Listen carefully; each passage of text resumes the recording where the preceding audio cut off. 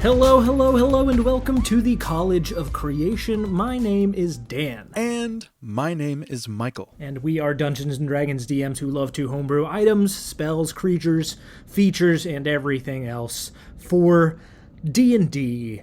And this is a show where every single week we make brand new homebrew, and this time around, we didn't so much make original things as we made fixes to existing things. A big part of homebrew, and one that we don't address that often, is when you find something in the game that you don't like the way that it works now, and you find a different way to do it. Yep. We were prompted to fix something in the game that we don't like, and make homebrew that fixes it. I liked this prompt a lot. I knew exactly what I was going to do right when we rolled it, and I did not waver from that idea at all. That's great news. I don't know where I'm at with mine all the way yet. I think I'll need some feedback from you. Sure. But it was a process, because it was a big undertaking this time around. I usually don't do that large of an undertaking. From the way that we've been talking over the course of the week, you have put in a lot more work than I have this week. I kind of patched around what exists. It should be noted that based on the names of our files, we have done the exact same thing. It sounds like more or less we have, yeah. We have repaired the Ranger class and the Artificer class. Indeed. Which I am so stoked to talk about.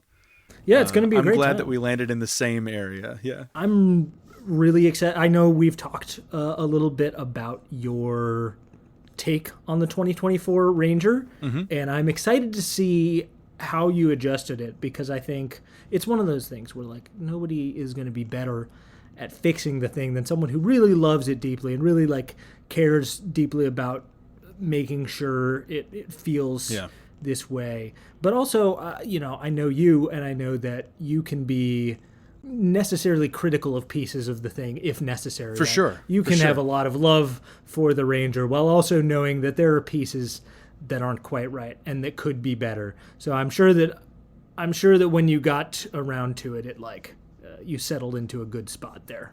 I think so. There were several things that were lacking in the 2014 and 2024 Ranger that a lot of other classes had. And I think today I gave some of that back to the Ranger class. I hope. It's an interesting thing, I think, when talking about homebrew. And this is something that I encountered this week while just sort of poking around and seeing what avenues I could go down. There's such a large amount of homebrew that is clearly made by people who love the thing, but also don't necessarily have that critical eye where they love it almost beyond the level to which they can criticize it. Right. And so it ends up having holes in it here or there, or being way overpowered in a certain direction, because it's coming from somebody who's like, oh, I just really love this idea so much. Yeah. And I love that. I want to encourage that, but also I think it's so important and necessary to have that critical eye towards that thing that you love and be able to kill your darlings to a degree or something like that. It is a necessary balance to have, for sure. Especially as DMs, I can't tell you how many times I've wanted to favor a player's choice because they do something creative or something happens that the person, Michael, wants to just fully invest in because I think it's so cool. But then there's also the DM, Michael. It's like, well, I mean, I have a table full of people. I can't just keep handing out things to this one player. Yeah. So it's a valuable skill to learn across the board, from a creation standpoint and a game running standpoint, and a leadership standpoint in general. Just if you are in charge of making something happen, you have to have both flexibility and the ability to critically analyze what you're working on. Yeah. I think we should just get into it. You want to get into it? Because it's heavy. We got a lot of stuff to talk about this time It's going to be around. pretty dense, I feel like, so we should just jump right in, I feel. Yeah, so as mentioned, I made a revised Artificer and you made a revised Ranger. Mm-hmm. And my approach here was sort of manifold here. It was complicated. I did a lot of outreach to people who I know and have played with who have played Artificers to get a general sense of, like, what are the things you like? What are the things you wish it did better? What was your experience like playing an Artificer, and how did you feel like you had to balance your playstyle against the Artificer? Do you feel like it rewarded certain things more than others? And then I also went through the proposed Unearthed Arcana Artificer that's out right now to be compliant and cohesive with the 2024 rules, and sort of observe some of those changes and match them against what people were saying about what they liked or disliked about the existing Artificer. By and large, the biggest thing that I have realized in exploring the Artificer a little bit here and talking to these people is that the Artificer's biggest strength, and I think this is pretty clear from the jump, is its versatility. Yeah. The Artificer is incredibly versatile. It can be a really useful support and utility participant in the party. There's some healing. There's a lot of buffs. There is a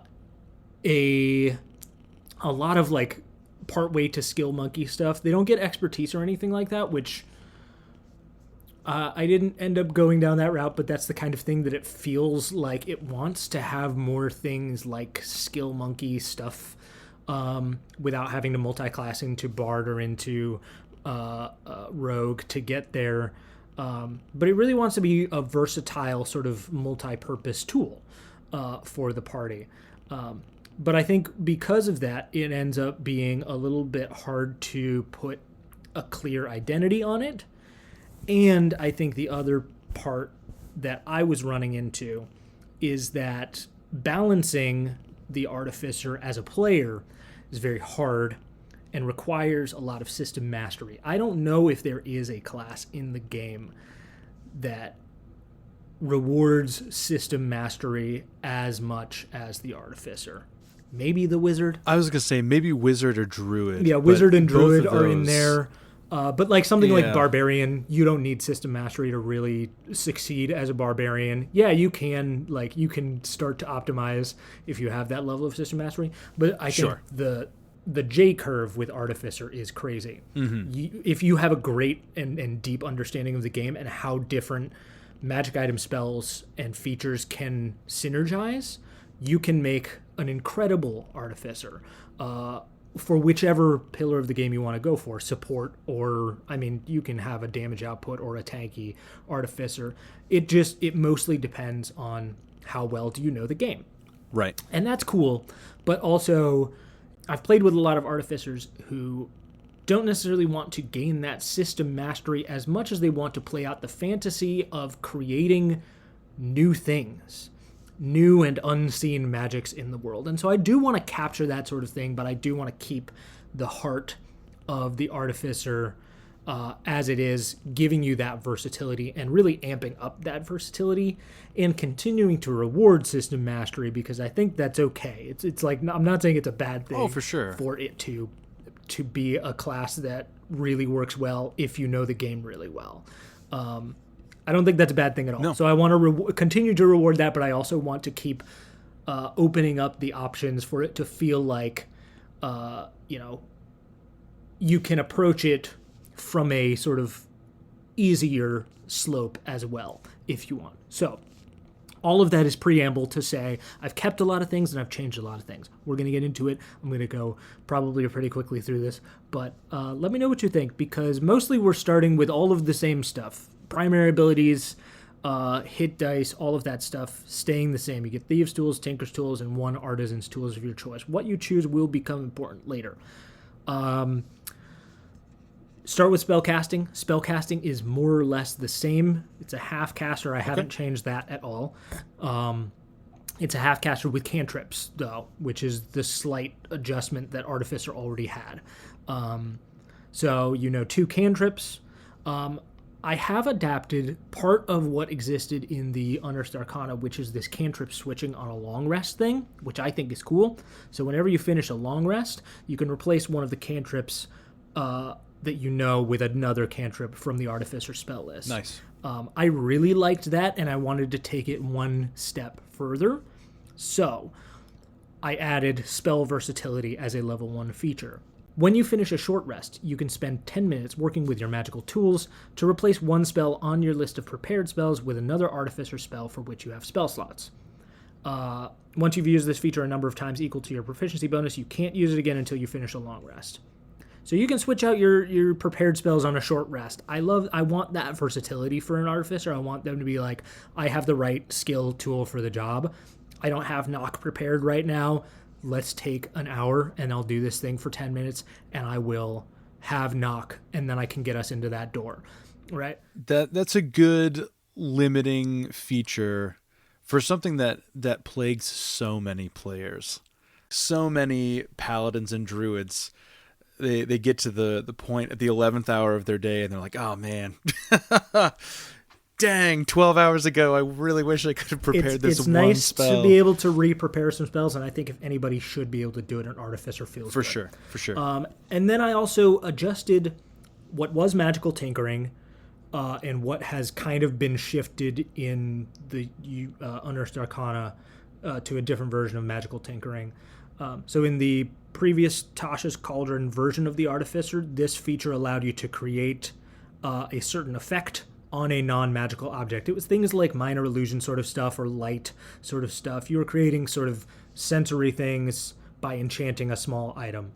And then the Unearthed Arcana was like, no, actually don't have any of those features. You can just create mundane adventuring gear from this list of things. You create it in front of you.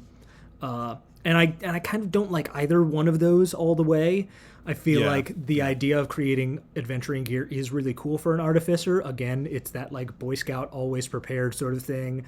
You've got the right tool for the job all the time.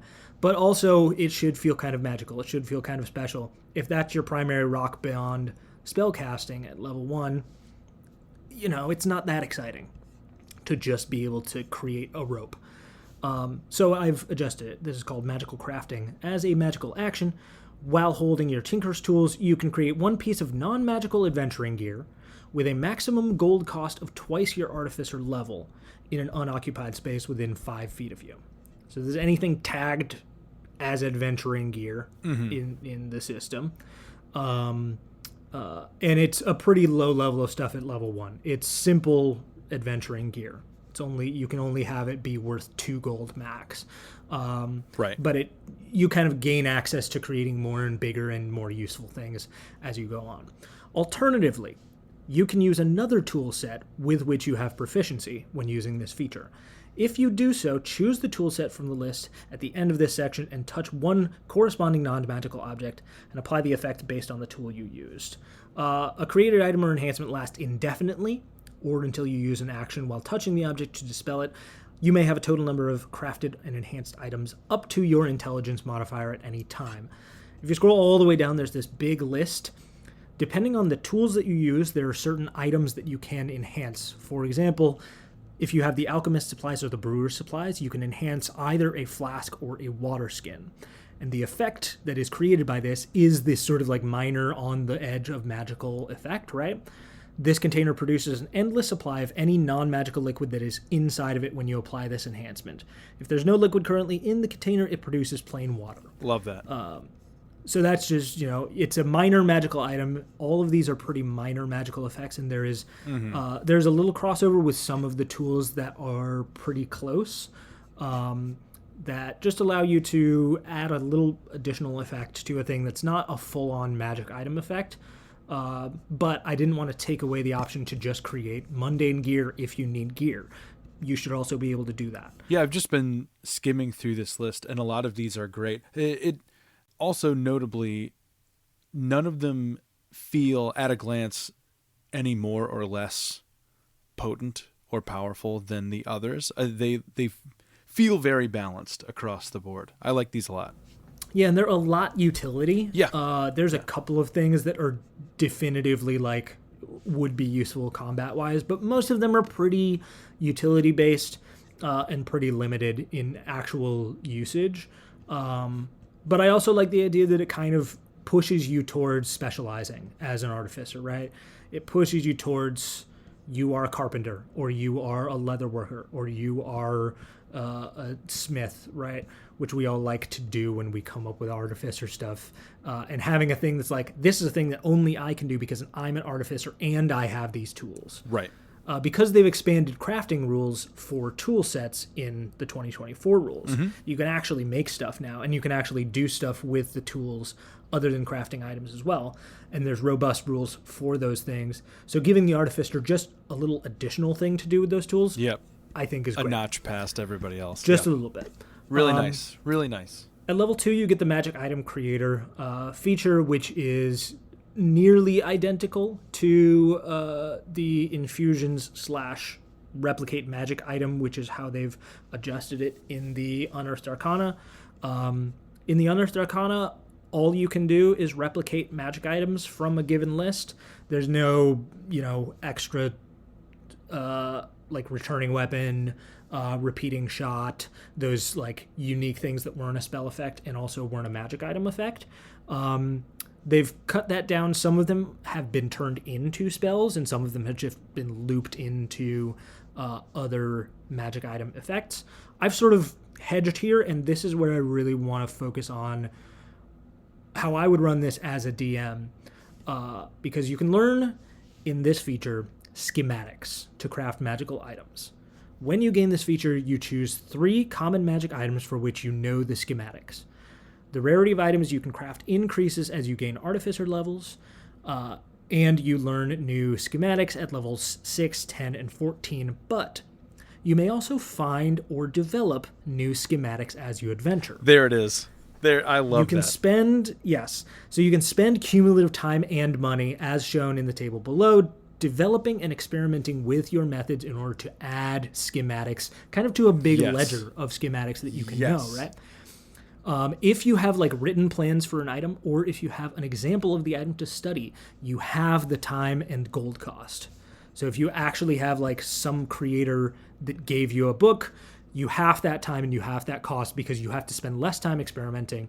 And this would allow, as a player, you to propose a thing to a DM, and that DM can tell you if this is common, if it's uncommon, if it's rare, how much time you need to spend to come up with that, and then develop that and experiment with it.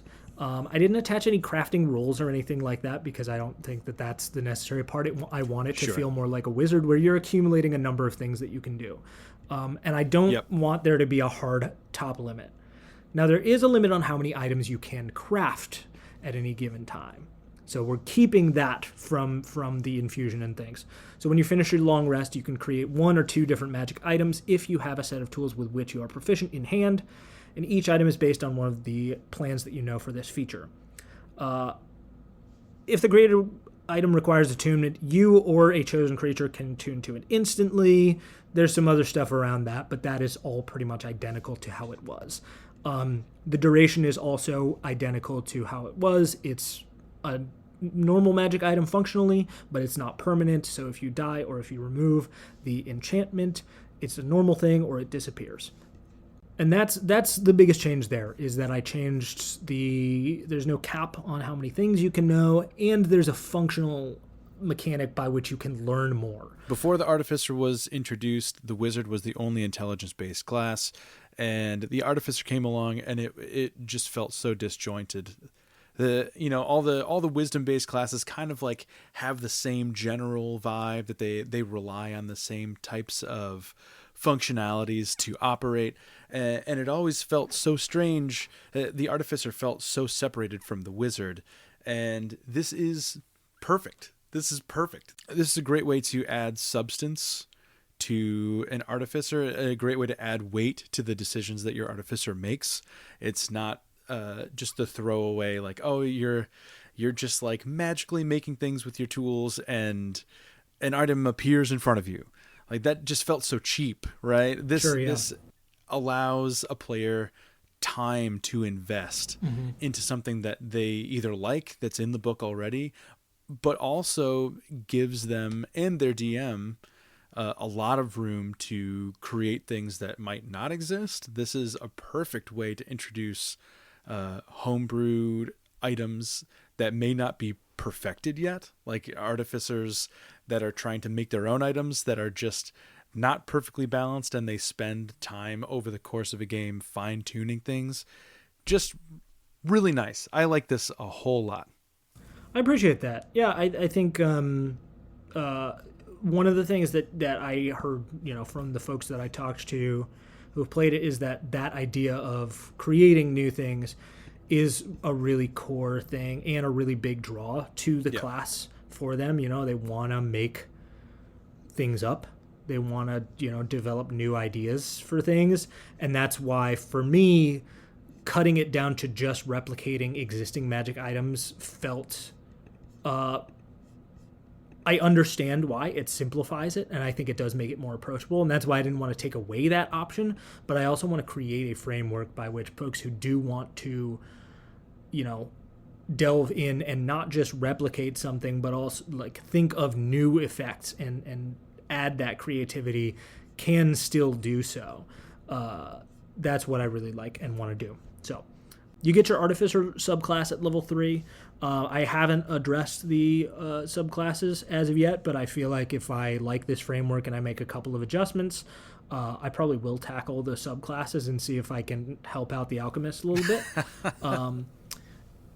And you also get the multi-tool feature. They kind of adjusted this in the Unearthed Arcana, but the idea is just you can use a magic action to transform your Tinker's tools into any tool set of your choice or back into a Tinker's tools set. Just easy swap, no issue there. Level 4 is the same. It's just an ability score improvement. Level 5 is a subclass feature, and level 6 brings us to Magic Item Adept. You learn 2 new schematics, and you can now learn schematics for uncommon magic items, and you can create 1 additional item. When you go to create items, at level 6, you also get a specialist spell. Now, this is a thing that I added in favor of what they did in the Unearthed Arcana, which was that in the Unearthed Arcana, they added a feature by which you could destroy a magical item and regain a single spell slot. Which is wild. If the item was common or uncommon, you got a first level spell slot, and if the item was rare, you got a second level spell slot. And it's just like, why would I destroy something that's that powerful... Right. Or that is for good and has like a permanent you get effect. Back after a long rest. And it's a first level spell. I can understand there are use cases where, like, in a dire situation, you're like, I gotta break this magic item so that I get that one spell slot because I need this spell slot. Okay, that's fine, and that can be cool and dramatic, but I just feel like the use case is not there strongly enough. So I decided to swap it in favor of something closer to or more akin to something like a magical secrets thing. Because I really liked the idea of artificers are able to adapt. Artificers are able to override certain other requirements because they have figured out a scientific method to do so. So you can choose 1 first or second level spell from any class list. You now always have that spell prepared and can cast it without expending a spell slot once per day. Yeah, that's good. That's it. It mostly just gives you a bonus spell. Yeah. But I really like the idea that that can come from any spell list. You gain some trick using, your magical tinkering that gives you access to something that you wouldn't normally have access to. Level 10, Magic Item Expert, you learn 2 new schematics, and you can create 1 additional item. Additionally, you can now attune to up to 4 items at once and can ignore species and class restrictions for attunement. Mm-hmm. That's kind of been baked into the Artificer already. I did ease back on the ultimate number that you can attune to. Regular Artificer gets up to 6. Mm-hmm. I scaled that back to 5. Another thing that I noticed about Artificer is that it ends up riding the line between helping yourself and helping your friends. It's a really good support class, and magic items are a really great thing to distribute around your crew. But the Artificer, as it is sort of balanced for you to mostly keep things to yourself, especially the Armorer. Yeah. If you want to play in a way that you are creating things to give to other people, you're hopefully, I want to try and encourage that more in the way that it's written, because I do think that's where an Artificer can really shine as a support. And I wanted to add a couple more things to the toolkit for the Artificer in other features to not have it be so overly reliant on I'm going to make a bunch of magic items for me, and magic items are how I do my stuff. Spell storing item is almost unchanged from the Unearthed Arcana. They did a great job with this one. You touch a simple or martial weapon or an item that's a spellcasting focus, and you can store spells into it. Either they brought it up to 3rd level spells in the Unearthed Arcana, and I think that's great. It's a perfect feature. It's great. I wouldn't change it. At level 14, you get Magic Item Savant, 2 new schematics, and you can learn schematics for rare magic items, and you get an additional item. It's almost identical to the 8th level feature, or the 6th level feature, whatever it is. Sure. Because you also get another specialist spell. It can be 3rd level or lower this time, so by the end of this class, you'll have 2 specialist spells. Just 2 little extra pieces of utility that you can do all the time. Mm-hmm. And then at level 18, we get Magic Item Master. You can create 1 additional magic item, can attune to 5 items at once, and you can end your attunement to a magic item or attune to a magic item as a magic action. Yep. That's big. You just attune quicker and easier. And then I changed the capstone. So the level 20 capstone for the previous Artificer was always, it was Soul of Artifice, which gave you a couple of different things. The first thing it gave you was the ability to cheat death by disintegrating magic items. Again, destroying magic items so that you can regain hit points. The Unearthed Arcana brought it to you regain 20 hit points. And then it gave you magical guidance. If you have attuned to at least 1 magic item, you can add a d6 to any ability check. I think that's fine, but it's a little bit disappointing for a level 20 feature, which is sort of the thing, I think, for a lot of classes, is that the level 20 features, I feel like, in the 2024 version just feel underwhelming. Yeah. So I changed it. This is called Overwork. This is your level 20 feature. You learn 1 new schematic, and you can learn schematic for very rare magic items. And at the end of a long rest, when you create magic items, you can attempt to create additional magic items beyond your normal limit. Your limit at this point is 6, but you can try and keep creating things that you know the schematics for. For each additional magic item, roll a d100. On a roll of 20 or lower, the creation fails and you cannot create any additional items. And any additional magical items created beyond your limit in this way disappear at the end of your next long rest. Once you've used this feature, you cannot do so until, I wrote 30 days have passed, but I kind of actually want to change it to 7. I feel like 7 is fine. A week feels fine, yeah. Because really, this is the kind of thing that you're going to do before like a big battle, and you're just going to load up everybody with magic items. You're going to create every schematic you know, or you're going to try to create every schematic you know, and you're just going to hand out the magic items to everyone else. Because you can create 6 things. You can only attune to 5. Maybe some of your things don't require attunement, but you want to spread that wealth out a little bit. I think this is a perfect way for an artificer at a high level to really kit out and prep an entire party for a really epic battle. I love it. And that's what I would want to do. I feel like there's so many ways that like the magic items that you choose can give you the defensive bonuses or the skill bonuses that you get from the existing capstone. And I want to create something that's not that like, that gives you the opportunity to be more utility for the party. I wish there was an easy way to scale the magic items that you create up all at once and be like, take all the magic items you created and they all go up a level. Yeah. But there's not really a good way for that. So this is as close as I can get. It's just more rather than better. This is my revised Artificer. I like this a lot. The big change here that really alters the entire class for the better is the schematic thing. It's so good. And the specialist spells are also good. We love magical secrets because that fixes all of the... I've played several Artificers and they've all been fine. But it's that thing where I feel like I'm overpowered and underpowered at the same time. There's no really definitive internal balance there, how it's written currently. And this brings that back. It makes it harder to make things that you want. You can't just decide Yeah. what you want all the time, but it almost gives a level of pride, like pride in your work, right? It gives a lot of meaning to the things that you make because you put time and effort into deciding which schematics you're going to learn. You can put efforts towards finding new things, creating your own new things, and it really opens the door to a lot of new possibilities that aren't able to be restricted.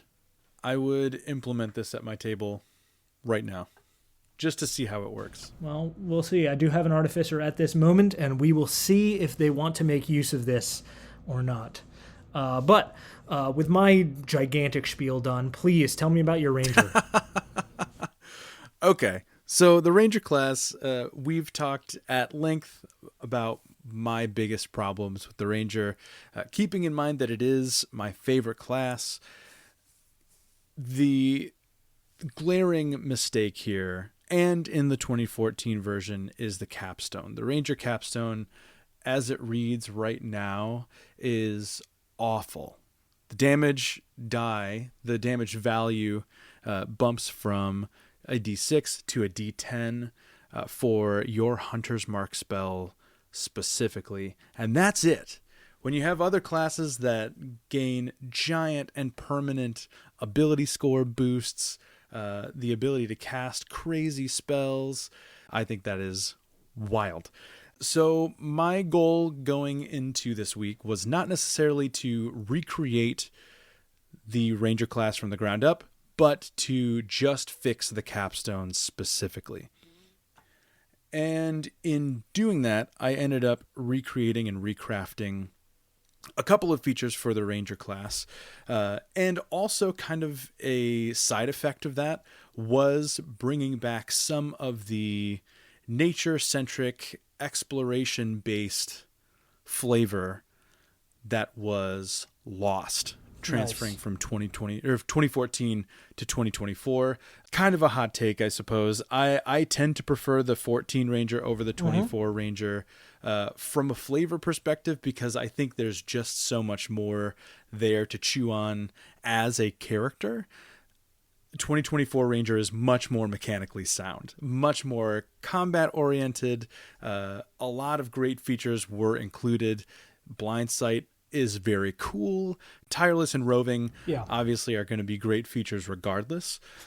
My big problem is that there are so many other ways to get those things in the game. You can take a feat, you can take a magic item, you can multi-class into a different class and take an Eldritch Invocation or a piece of meta magic or something, and your ranger could, or your character could get those things some other way. Ranger is the only class that doesn't have one thing that sets it apart, that's not available somewhere else. It's not like Rage, right? If you're not a barbarian, you're not going to have Rage regardless. If you're not a paladin, you're not going to have Lay on Hands regardless. You're not going to have Sneak Attack if you're not a rogue. So I wanted to give a ranger something to hang their hat on and say nobody else in the game but rangers will be able to do this. And if you want this in your game, you need to include a ranger in your party. So, Dan, if you would please open up your document. Can I just say that is a really astute observation, that you're absolutely right. The take, and I know we discussed a little bit about the Ranger and the adjustments to it, and I agree with you, there are a lot of good changes that happen, but you're absolutely right that like the identity has been shifted to Hunter's Mark, which is a spell that's available to more than just Rangers. And the things that were there, the things like, favored terrain, all of this other stuff that was truly unique has been taken away in favor of things that you're absolutely right are not unique to the Ranger class. They're unique as granted base features, but they're able to be procured elsewhere. So, the Ranger, my edits for the Ranger. First and foremost, we have to take care of the existing capstone. I like the idea of buffing the damage die for Hunter's Mark. I think it is interesting and something that only a ranger should be able to do. I don't think that should be the thing that you wait for until 20th level. That is crazy. So I swapped out the level 1 feature for something very similar. This used to be favored enemy in the 2024 version. I have changed this, and I now call this dynamic hunter. The first part of this, word for word, is the same. You always have the Hunter Mark spell prepared. You cast it without expending a spell slot, a number of times equal to your proficiency bonus, and you get all of the uses back after a long rest. Same exact thing. Nice. The change comes here. The value of your Hunter's Mark damage die increases to a D8 at Ranger level 9 and a D10 at Ranger level 17. Yeah, that's much better. The scaling damage is much smarter there, I think, 9 and 17. Scaling damage, you get a couple extra levels at the top with the D10. You don't have to hold out on multiclassing. Yeah.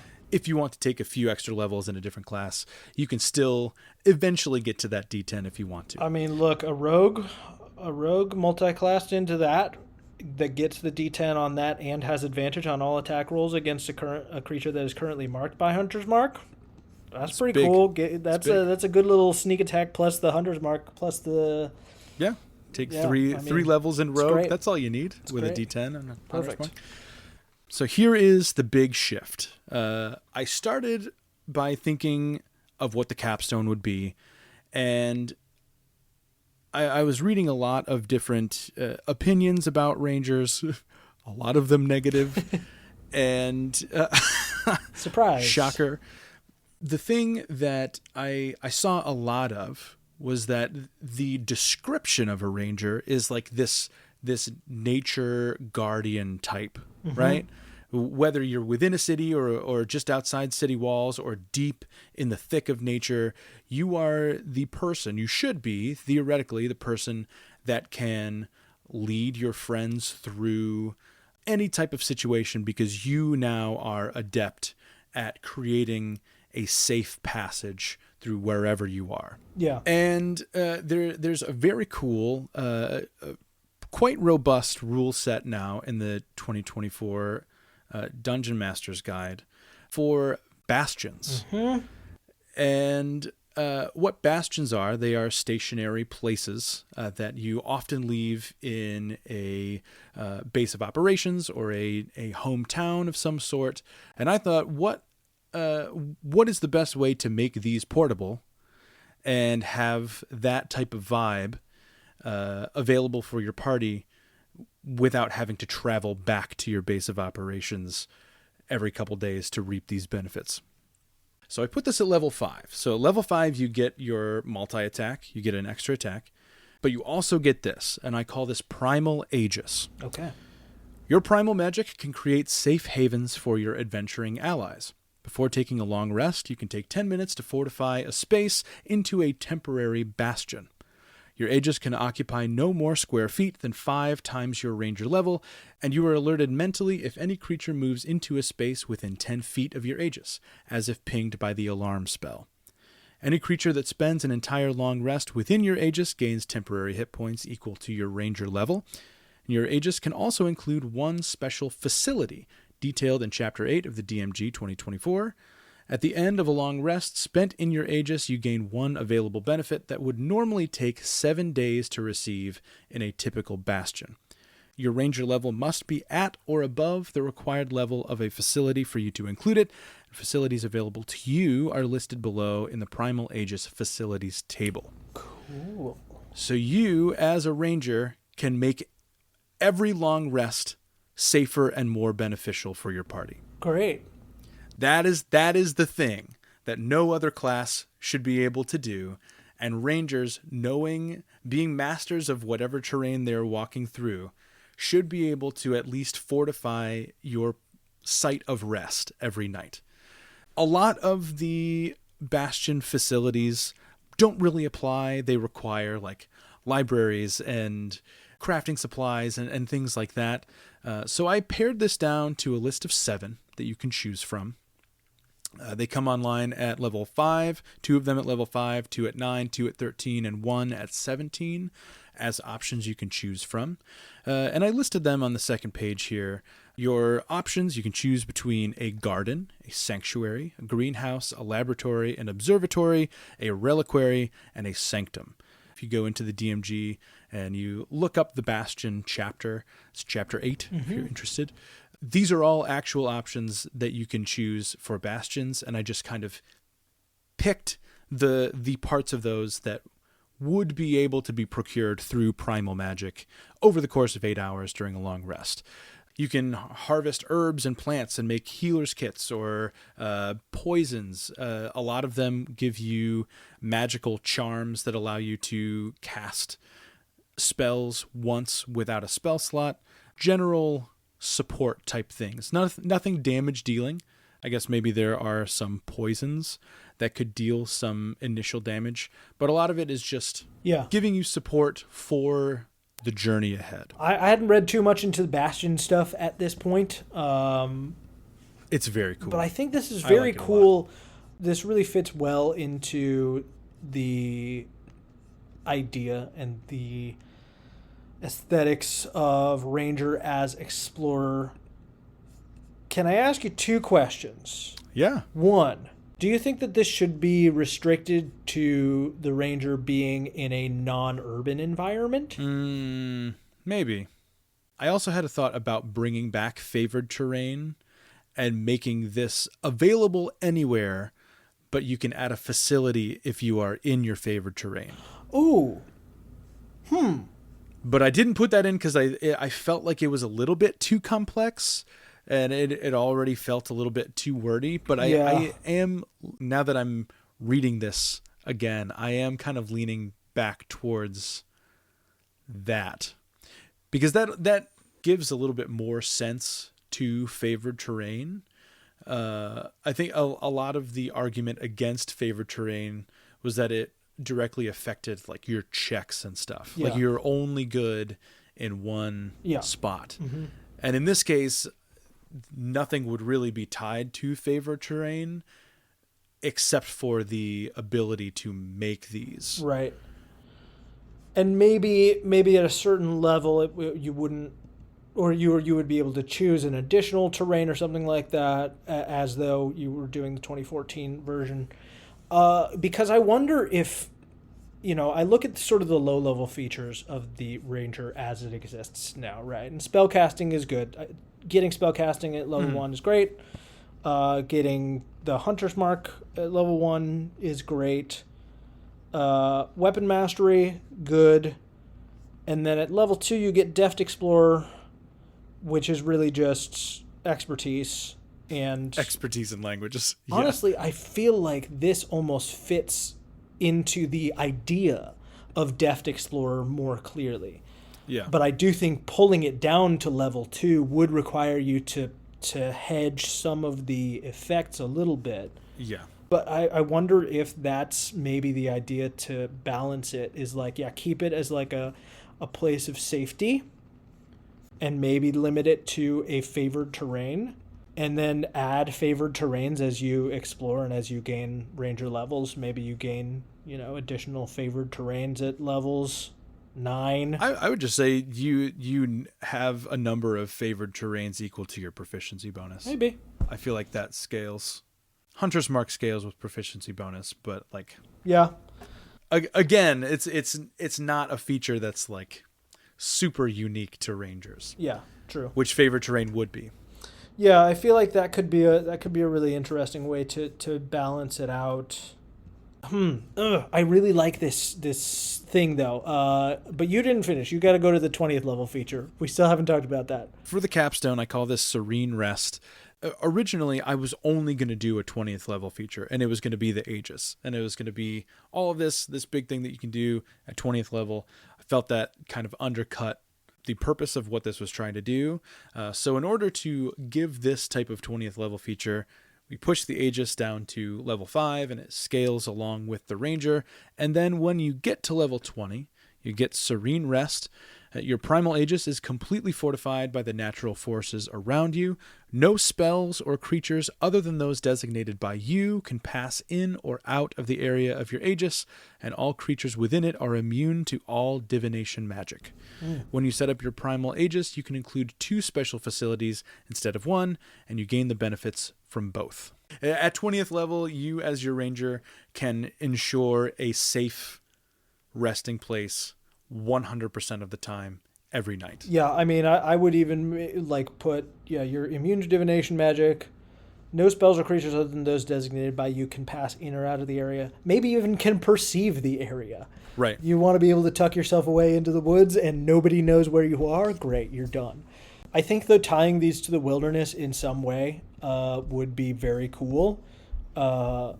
Especially to lean into that idea of specialization, which I think is really cool for rangers also. I think it did, you're right, it did like end up limiting the 2014 ranger in some ways when so many of your skills were tied to where you were. But I do think it allowed for a lot of good flavor and a lot of good, just really cool identifying features for rangers when they were in those spaces. Figuring out a way to balance that and not tie so many things to it, I think would really help that from the jump. But tying something like this to it would be really cool. Are there any facilities that feel like they're low enough level that a second level would be reasonable? I believe they start at 5. Maybe it's not necessary to do a whole thing with favored terrain. Like I know it does feel like a cool identity thing, and we just talked about it a bunch, but I feel like if you put this at level 2, it's chill. And I feel like if you save the facilities part of it till level 5, it's still very cool for the ranger to be able to create an area of safety. It's not very big at second level, but an area of safety where you can be generally protected by like something moving close to you, and you can get some temporary hit points. Or if you didn't want to do temporary hit points, you could do inspiration while you're in the wilderness, right? While you're in a non-urban area, you can do this. So you're generally protected whether you're in a city, you're in an inn, and if you're out in the wilderness, your ranger is there making sure that you can rest safely. And I would say, loop it into Deft Explorer. And I think that definitely fits the description of the title of that feature way better. Yeah, it's not just expertise. Yeah, it's disappointing, right? Oh, I'm going to explore? Yeah. No, you're not going to explore. You're not going to explore. But that's it. I like it. I think that's not great. Not as involved as yours, but just got to the pressure points of the class. Still really good though, and I think all around that really is a even those few features is such a cool boost for utility. I'm gonna iron out the kinks and get it to a play testable place. Well, sounds good, Michael. Shall we find out what we're gonna make next week? Indeed. Let's pull up our big list of homebrew prompts that we get from our listeners. I'm rolling digital dice today, so here we go. Go for it. And that is a 13. A 13 today is divination items or boons that do not require predicting the future. Divination items or boons that don't require predicting the future. So for like DMs, divination items that are easier on the DM, that are less of a hassle for DMs. I mean, that's definitely a thing. I do have one group that I know for a fact that if I were to give them a divination item and they looked into the future, if I told them what the future looked like, they would run toward it, and they would figure out how to get the table and the story there to that place. I do think that that's not true of every table, though, and you'd have to wrangle a bit. So that's good. That's good. This is less about actually predicting the future and more about applying a mechanic that can be role played out as a future prediction. Right. But really mechanically, it's just a simulation of that. So this is one of those things that like suspension of disbelief comes into play above table, right? It is kind of the split between in-game and above table where they're very different procedures. Well, and I suppose, there's a lot of things that can be done with flavor in this direction too, right? I think there are many a table and many an actual play and thing that I have watched and listened to and been at, where like something like Silvery Barbs is almost explained away as a moment of divination, where like you all see this like possible future take place, and then right before it does, it shifts and something goes badly, but you do all see the result of it for a minute, and then we're going to retcon. Interesting. I have no idea what I'm going to do for this. I don't know what I'm going to do either. Sometimes these end up being my favorite prompts, though. Nothing starting out, and then kind of just discover it as I go along the week. Well, Michael, thanks for podcasting with me. I'll be excited to figure out what you come up with next time. And we'll be excited to have our listeners come and join us over here on the podcast. Michael, do you have anything to say to the people before we say goodbye? Dan, I always have something to say to the people before we say goodbye. There are a bunch of things that I use in my games as a GM that are not by the book, not rules as written. And I would just urge any newer GMs, I feel like this happens a lot with newer GMs, to not feel bound by what is written in the DMG or the guidebook for whatever system you're playing. A lot of the things that are written in those books are made to be consumed by mass audiences, and the idea is to not disappoint as many people as possible. Mm-hmm. For your table, for your specific adventuring party, some of those things can be fleshed out. Some of those things can be omitted to make the gaming experience better for you and your party. Don't feel the need to always be beholden to the text. Yeah, that's the whole impetus behind this show. Yeah. If you want to do something different, try it. Do it. If it doesn't work, change it. Keep that option open. Keep that door always open. Say hey, let's try this out. If we need to adjust it later, we can adjust it later. This game is about fun and not about anything else. No, it's serious all the time. Always serious. Always super, super serious. Only edgelords. Honestly, it often gets very serious at my table, but in a fun way. So we'll keep it that way. In the spirit of having fun. Indeed. We're having a terrible time, but we love every minute. Exactly. Well, Michael, it's been a pleasure. Until next time, we'll talk to you next week. Be well. Take care of yourselves. Goodbye. Goodbye.